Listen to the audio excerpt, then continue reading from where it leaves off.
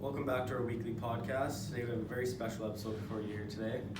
As you may know, it is Borderline Personality Disorder Awareness Month, May. Today we have a special guest, Roy Brinker, the leading researcher of borderline personality disorder. Thanks, John, for having me on the podcast for lots of great things, and I'm very excited to share my knowledge with everyone. Very excited to have you here today, Roy. But I think we should start off the interview with asking what borderline personality disorder actually is.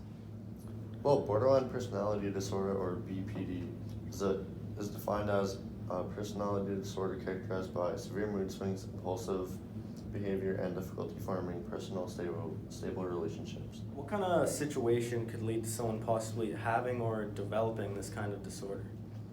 Well, some factors that may lead to the emergence of BPD are possible traumatic or neglectful environments, particularly in childhood. These traumatic scenarios include sexual, verbal, or physical. There's also a biological component where you are predisposed genetically, and it is easier for you to access the illness with trauma as the Now we catalyst. got the basics of this disorder down. I'd like to ask you about when you first started doing your research on BPD. I began my research and published a book on the disorder in 1968, which was a while ago. However, since then, there are many other similar personality disorders. BPD was dismissed as a wastebasket diagnosis. However, as the years went by, more and more distinct features of BPD came out.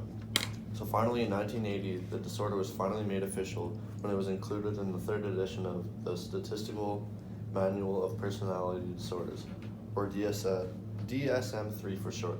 Well, I feel like this quick little interview here is very informative, and I hope it sheds some awareness on not just BPD, but all the personality disorders in general.